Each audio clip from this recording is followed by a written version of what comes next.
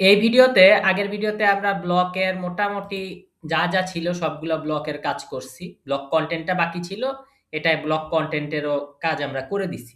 ঠিক আছে? জি, তো এখন আমার যে কথা, ঠিক আছে? জি, আমার যে কথা সেটা হইতেছে আমরা একটু মডেলে যাব।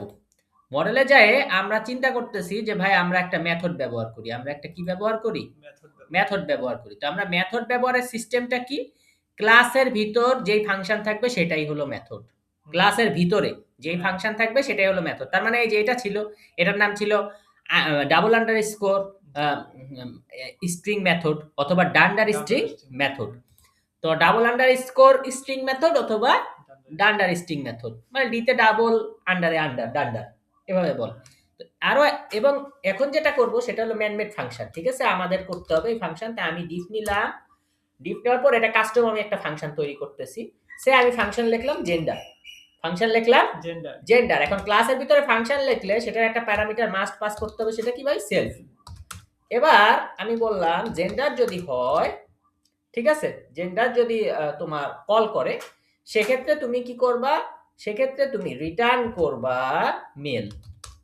মানে আমাদের এখানে সবাই হচ্ছে পুরুষ জি, মোটামুটি। তা আমি আর কারো জেন্ডার চাই নাই এইখানে। ঠিক আছে, যে কাস্টম জেন্ডার সবার আসবে পুরুষ। জি, ঠিক আছে, তো এখন আমরা দেখি এটা কাজ করে কিনা, এটা কাজ করে করে কিনা, কিনা। তো আমরা চলে যাই, আমরা কোথায় চলে যাই? ফার্স্ট চলে যাই হলো স্টুডেন্ট লিস্টে। ঠিক আছে, স্টুডেন্ট লিস্টে।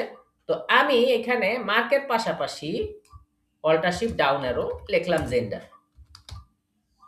ঠিক আছে, এডমিনে তো কোনো কাজ করে নাই রেজিস্টার, অ্যাডমিন সাইট রেজিস্টারে করা লাগবে না, কারণ হচ্ছে জিনিসটা হচ্ছে কি মডেলে না। ঠিক আছে, এই যে রিফ্রেশ করলাম, এই যে এখানে আসলো জেন্ডার।